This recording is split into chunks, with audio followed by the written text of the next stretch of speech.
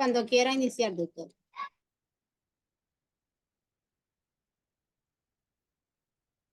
Buenas. Gracias a todos los que están conectados en este programa que estamos realizando en el mes de mayo, mes de la enfermedad reumática. Primero que todo, quiero agradecer a la líder de pacientes, Gina Ochoa Galeano, por la invitación para hablar en el día de hoy. Enfrentando las enfermedades reumáticas es un programa en conmemoración del día de la espondilitis anquilosante, el lúpus eritematoso sistémico, la fibromialgia, la vasculitis, la enfermedad de Behçet y del día de la reumatología panamericana, que es el próximo 31 de mayo. Agradecer esta invitación, como les decía, a ASOPAN, la Asociación Panamericana de Pacientes, a la Fundación Vasculitis de Colombia, a Fundación LICAR y su presidenta, la líder Gina Ochoa, a la Fundación Espondilitis Anquilosante de Colombia y a Caminemos Juntos en la enfermedad reumática, preferiblemente hablemos de lupus. Bueno, vamos a compartir pantalla y vamos a comenzar a hablar sobre una de las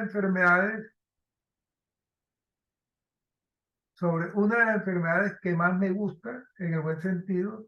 Yo soy, como me voy a identificar dentro de un momento, médico internista reumatólogo, y me han pedido que hable de cómo detectar tempranamente el lupus. Tengo una serie de presentaciones que se llaman Detrás de la huella del lupus. Entonces, hoy la presentación es cómo detectarlo tempranamente, el lupus eritematoso sistémico. Es importante recordar que el 10 de mayo es el Día Mundial del Lupus y el diagnóstico temprano y un tratamiento adecuado puede reducir la progresión de la enfermedad.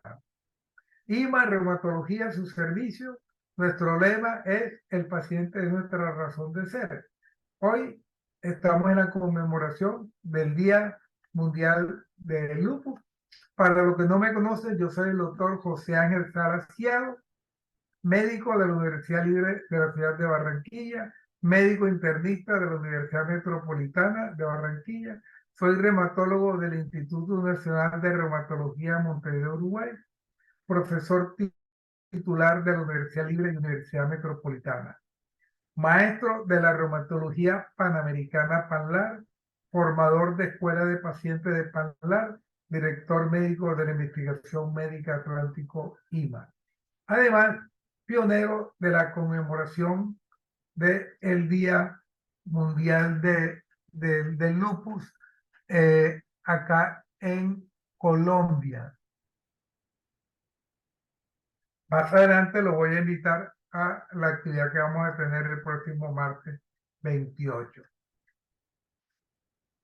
El lupus eritematoso sistémico es una enfermedad inflamatoria de causa desconocida, autoinmune, multisistémica, de una gran heterogeneidad y variabilidad, y se caracteriza por la producción de autoanticuerpos, así como la formación y depósito de complejos inmunes. Por lo tanto, es una enfermedad que es considerada como prototipo de enfermedades por complejo antígeno-anticuerpo. Independientemente del género o de la edad, cualquier persona puede ser diagnosticada de lupus. Se presenta con mayor riesgo en el sexo femenino entre los 15 y 44 años. El diagnóstico se basa en una historia clínica completa, un examen físico exhaustivo y reconocer sus manifestaciones clínicas más usuales. Realizar las pruebas de laboratorio, incluida la detección de autoanticuerpos para excluir diagnósticos alternativos. Acá tenemos una paciente con un eritema malar clásico. Esta es una paciente que debutó con dolores articulares y tenía este eritema malar, el cual se caracteriza por el compromiso de ambas mejillas, de las zonas malares de la cara, el puente nasal y respeta el surco nasoeliano. Entonces, para detectar o para diagnosticar qué es lo que nos sirve de guía en un momento dado, es aplicar los criterios de calificación del Colegio Americano de Reumatología y EULAR 2019. Un breve mensaje de lo que es la fisiopatología del lupus, en el cual intervienen una serie de factores, no se sabe cuál es la causa, como decía, pero intervienen una serie de factores como es el factor genético, el factor ambiental, los rayos ultravioleta, el sexo, microorganismos, los cuales todo esto en un momento dado inducen una respuesta inmune anormal con la producción de altos anticuerpos que forman los complejos inmunes que le hablaba y van a dar un proceso inflamatorio en diferentes partes del cuerpo. Si este proceso inflamatorio no se controla, la enfermedad progresa y ya hay lesiones o daño de órganos. Por eso estos pacientes pueden presentar problemas pulmonares, pueden presentar problemas a nivel de falla renal, etcétera, etcétera.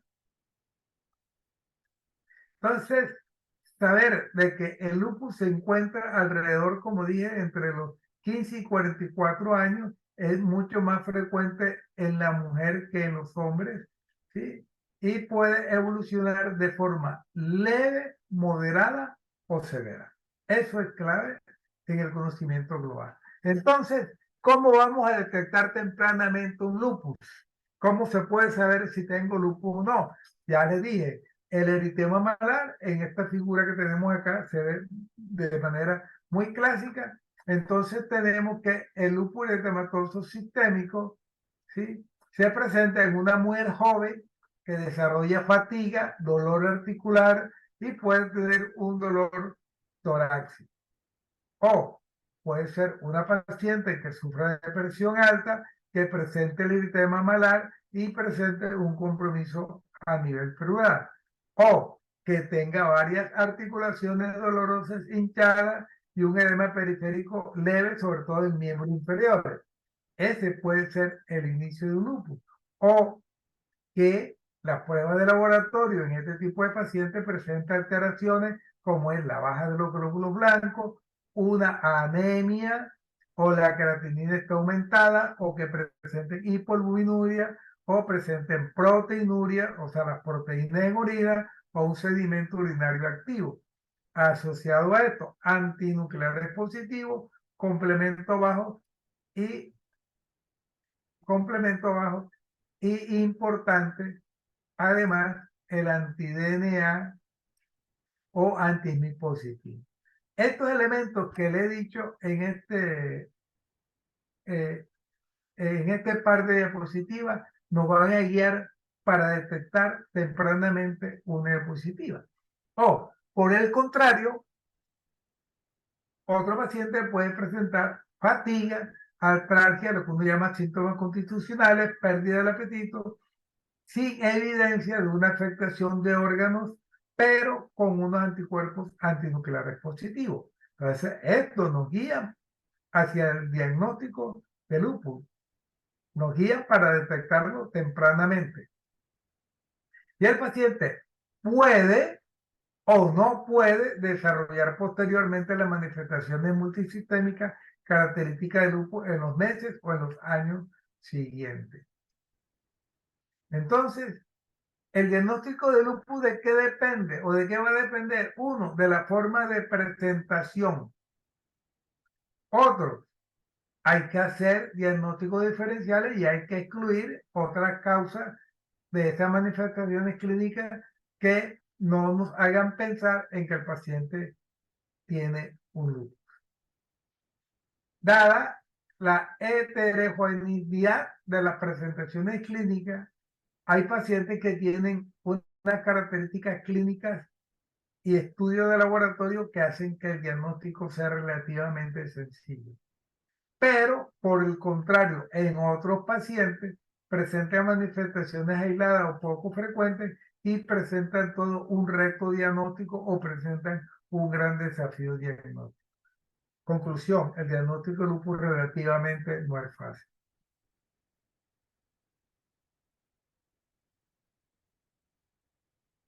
Hay que buscar un hilo conductor, ¿sí?, en el examen, en la historia clínica del paciente cuando estamos evaluando a un paciente sospechoso de lupus y hacer un buen examen físico junto con las pruebas de laboratorio seleccionadas para identificar a un lupus o que se sugieran al diagnóstico. Es importante tener en cuenta de que entre más tengamos un tiempo más corto, necesitamos un seguimiento cercano al paciente, ¿sí? La enfermedad se puede dar por etapas, entonces tenemos que hacer un seguimiento de cada una de las etapas para poder detectar la enfermedad. Como le dije, síntomas constitucionales, fiebre, fatiga, alguna adenopatía que presento o pérdida de peso, nos puede hacer pensar en un paciente que tenga un lupus. Si tiene lesiones cutáneas fotosensibles, o sea, que tenga fotosensibilidad a los rayos solares, como un eritema malar. Como le decía, un eritema malar aquí a nivel de ambos pómulos, ambas regiones malares, puente nasal, respetar el surco nasogeniano, puede estar en la frente, puede estar en la barbilla. Entonces, síndrome constitucional o un eritema malar o que presenta úlceras orales o nasales, pérdida del cabello. Si en la pérdida del cabello deja zonas de alopecia que no crece nuevamente el cabello, se puede hablar de lupus discoide, pero regularmente la pérdida del lupus eritematoso sistémico, el cabello puede crecer. Fenómeno de Raynaud, o sea, los cambios a nivel de la punta de los dedos, dolor articular tipo inflamatorio, disnea o dolor torácico subjetivo a serositio de derrame pleural. Todos estos elementos, como los que vamos a seguir hablando, en un momento dado también nos pueden ayudar para llegar a un diagnóstico de lupus. Un dolor torácico subjetivo de pericarditis, edema de miembros inferiores, si, manifestaciones neurológicas como convulsiones o psicosis también puede ser el inicio de un lupus. He tenido pacientes que en la adolescencia o hacia los 20 años presentan convulsiones y luego de 10, 15 años presentan otras manifestaciones de lupus. Entonces, todas estas manifestaciones son subjetivas de lupus, son aditivas. Acá tenemos un paciente que tiene los efectos adversos de los corticoides, que es la cara en luna llena, un eritema malar de resolución. Acá tenemos un paciente con dolores articulares a nivel de las manos. Hay otro tipo de pacientes que pueden debutar un lupus con pérdidas espontáneas, abortos recurrentes, ¿sí? O también hay otro tipo de pacientes que presentan lupus inducido por medicamentos o derramen pleural o derramen a nivel de abdomen ascitis. Como le dije, lesiones de eritema malar o eritema discoide, como ahorita lo presentaba. La alopecia cicatrizal o no cicatrizal, como también le explicaba. Las úlceras orales, poliartritis, la solución de la metacarpofalángica y deformidades en el cuello de cisne, que es la artropatía de Yacut. Las alteraciones pulmonares si presentan algún tipo de derrame, hipertensión arterial. Entonces, el lupus puede presentarse como síntomas generales en un 90-95%, afectación osteomuscular 80-90%, afectación de la mucosa o piel 80-90%, afectación renal en la mitad de los pacientes, de serositis también aproximadamente la mitad de los pacientes, citopenia 20-30% es muy frecuente y alteraciones neuropsiquiátricas también un 50%. Este es un resumen de las manifestaciones de lupus, que la pueden ver en piel, pueden haber manifestaciones cardíacas, renales, los anticuerpos antinucleares clásicos, compromiso cerebral, compromiso pulmonar, compromiso articular y compromiso hematológico.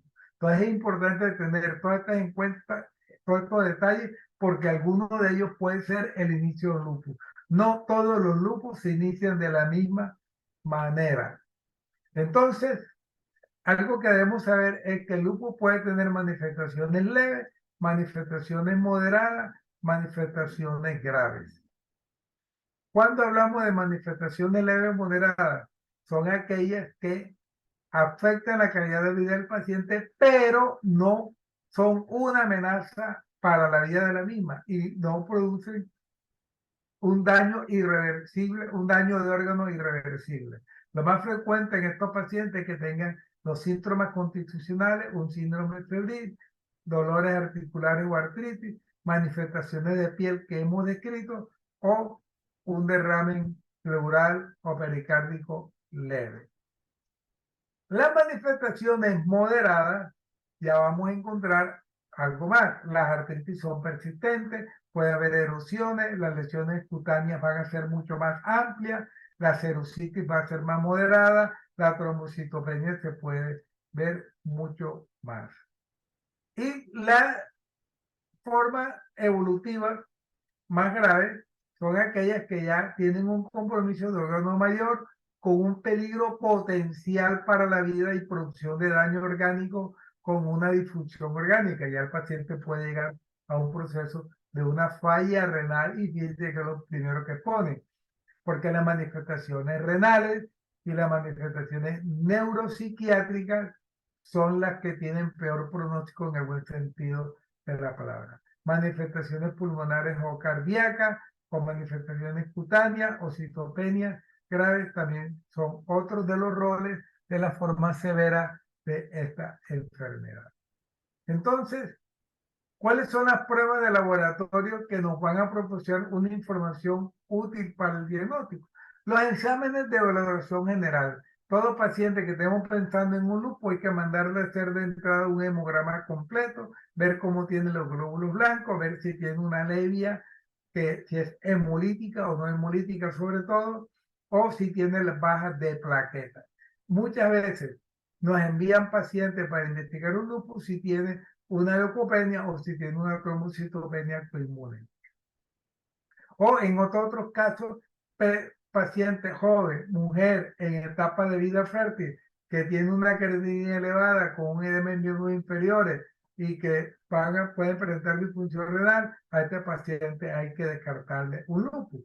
O si el análisis de orina con sedimento de orina puede revelar una hematuria o proteína o cilindro, todo esto nos van a indicar de que probablemente tenga un compromiso renal. La electroforesis de proteína, en la cual hay un aumento de la hipergammaglobulina, también pueden sugerir un diagnóstico de lupus. Entonces, ¿qué pruebas me harán para saber si tengo o no tengo lupus?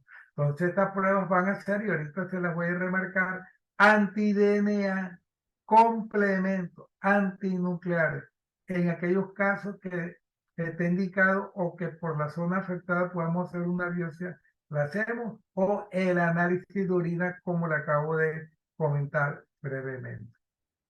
Entonces, si usted me pregunta, doctor, ¿cuáles son los exámenes que necesito hacerme para el diagnóstico de lupus? Son 4.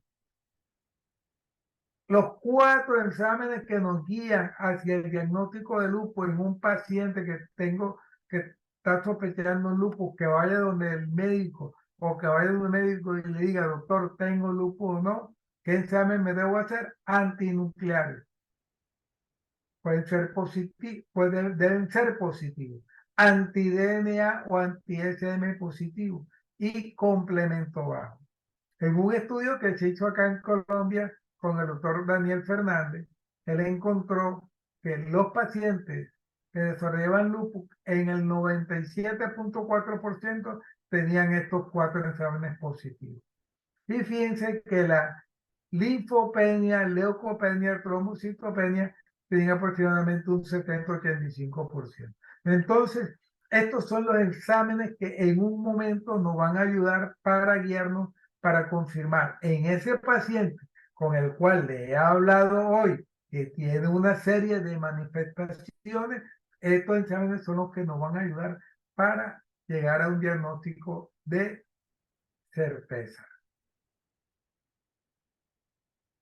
Además de las pruebas anteriores, ¿cuáles están? Lo que yo les dije, lo que les he dicho. Los antinucleares, preferiblemente por inmunofluorescencia, anti-DNA y complementos C3 y C4. Los anticuerpos antifosfolípidos, ojo, todo paciente que estemos sospechando que tenga un lupus, se le deben mandar los anticuerpos antifosfolípidos, que son anticoagulante lúpico, anticardiolipina IgG e IgM y anticuerpos beta-glicoproteína IgG e IgM. BCG, proteína C reactiva, y la relación de proteína creatinina en orina. Importante saber que una prueba de antinucleares es positiva en prácticamente todos los pacientes con LED en algún momento del curso de la enfermedad. Pero si el ANA es positivo, esta prueba por sí sola no es diagnóstica. Ojo, los pacientes llegan al consultorio, doctor, tengo ANA positivo, y el médico internista o el médico general o el médico amigo o la vecina o el vecino o el tío o la abuela, el abuelo o el que está estudiando medicina le dice, es lupus. No, señor, ANA positivo no es sinónimo de lupus. Debemos detectar otras pruebas de anticuerpos, sobre todo anti-DNA y anti-SM. Ahorita lo vimos. ¿Cuáles son las 4 exámenes que nos ayudan al diagnóstico de lupus? ANA positivo, anti-DNA, anti-SM positivo. Estos exámenes son los que nos van a guiar hacia un diagnóstico de lupus. Un paciente puede tener antinucleares positivos y no tiene lupus. Además, es importante las manifestaciones clínicas que tenga el paciente, que ya les hablé de todas un poquito, o de las más usuales.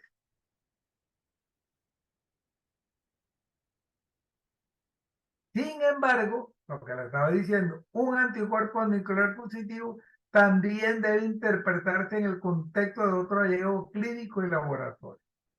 Tanto en Estados Unidos como aquí en Colombia, los ANA positivos de al menos hasta 1 en 80 por inmunofluorescencia directa forma parte de un 10%.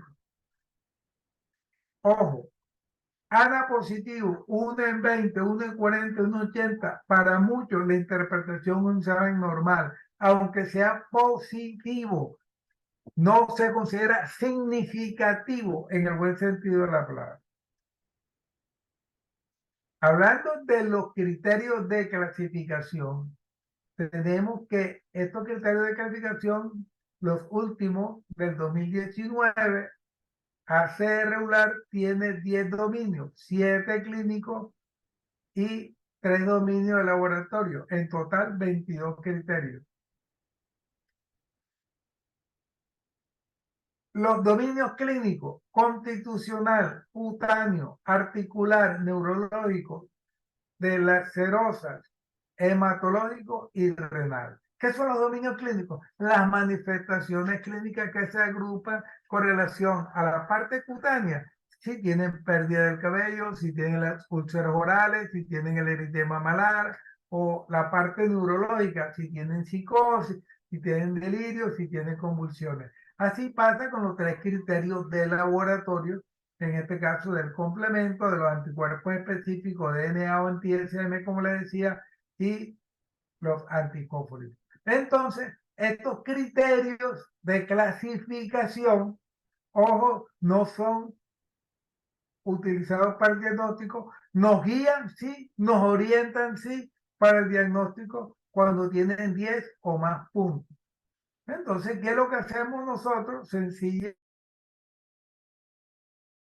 Sencillamente eh, vemos si un paciente tiene fiebre, si un paciente tiene artritis, si tiene eritema malar, si tiene proteína, si tiene trombocitopenia, si tiene anti-DNA positivo, si tiene derrame pleural positivo, si tiene complemento bajo.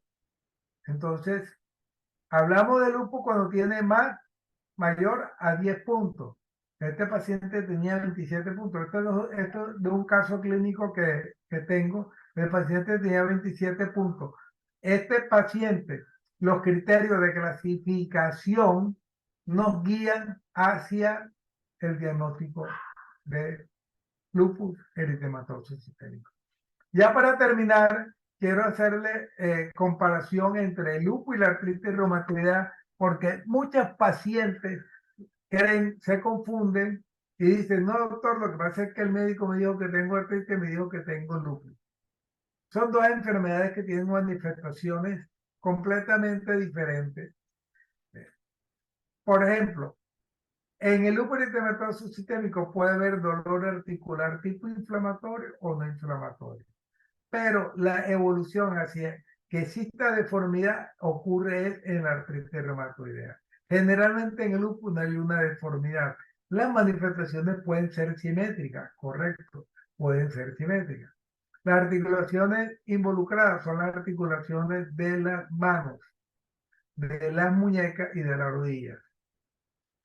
La inflamación sinovial es rara en el lupus, es mucho más común en la artritis. El compromiso de la membrana sinovial es mínimo en el lupus, es mucho mayor en la artritis. El líquido sinovial, uno es intrasudado en el lupus, en el exudado es una artritis. Los nódulos subcutáneos son de la artritis, es raro en el lupus. Las erosiones óseas, más común en la artritis. La irematutina va a ser más que todo en la artritis reumatoidea por más de 1 hora. En el lupus es relativamente corta, menor de tiempo, medio de media hora. Los dolores osteomusculares van a ser más, los dolores musculares van a ser más común en el lupus y la miositis es rara. La osteoporosis es variable. En el lupus, en la artritis generalmente se presenta. La necrosis ósea es más del lupus. La artritis deformante es más de la artritis. La deformidad en cuello de signo de debilidad cubital es más común en la artritis reumatoidea. Entonces, en un comienzo la enfermedad eh, se puede confundir con una artritis reumatoidea, pero fíjese que hay unas manifestaciones clínicas propias de una y propias de otra. Lo otro que le quiero comentar brevemente es que un paciente con lupus, el diagnóstico se hace en promedio en 2 años, 2 a 3 años. En promedio se hace el diagnóstico del lupus. Ya muchas veces cuando el paciente llega donde uno ya llega con ciertas manifestaciones, en el buen sentido de la palabra, eh, ya adelantado. Entonces, la pregunta es, ¿tengo o no tengo lupus? ¿Cómo detecto lupus tempranamente? Como le dije, se puede presentar en pacientes jóvenes, en etapa de vida fértil, desarrollando manifestaciones constitucionales, fatiga, artralgia, pérdida de peso, el eritema malar es importante, la inflamación, el edema de los miembros inferiores, la prueba de laboratorio con alteración en la parte hematológica como anemia o proteína en la orina o una creatinina elevada con anticuerpos antinucleares positivos, complemento bajo y unos anti-DNA o anti-SM positivos. Esto nos conlleva a un diagnóstico de lupus. 10 de mayo, Día Mundial del Lupus. Hoy estamos conmemorando en el mes de mayo el mes de la enfermedad reumática, como le comenté brevemente. Quiero invitarlos a todos para que se conecten el martes 28 de mayo entre las 4 y 7 de la noche a nuestra cuarta jornada de pacientes con lupus detrás de la huella del lupus. Tenemos como invitados a la doctora Yurili Fuentes de Venezuela, a la doctora Diana Vanega de la ciudad de Medellín, ambas médicas internas y reumatólogas. A la líder Gina Ochoa de pacientes, a Verónica Molinar, líder de pacientes de México, a los doctores, doctora Brenda Martínez, doctor Hugo Alvarado, doctora Paula Blanco, que son médicos residentes de medicina interna de la Universidad Libre Metropolitana y Cartagena, respectivamente. Y aquí tenemos el programa, que es un programa variado, en el cual vamos a hablar, la doctora Verónica Molinares de México nos va a hablar sobre los testimonios de pacientes, detrás de la huella del lupus y el sexo femenino le habla a mi persona, paciente experto en lupus, por la psicóloga Blanca San Juan de Colombia, es psicóloga. Ella eh, es paciente experta, ¿sí? La doctora Brenda Martínez de Colombia nos va a hablar sobre el lupus y la indicación de la biopsia renal. La doctora Diana Vanega de Colombia, cuáles son las necesidades insatisfechas en pacientes con lupus. Importante esta charla. El doctor Hugo Alvarado nos va a hablar sobre la huella de lupus y embarazo.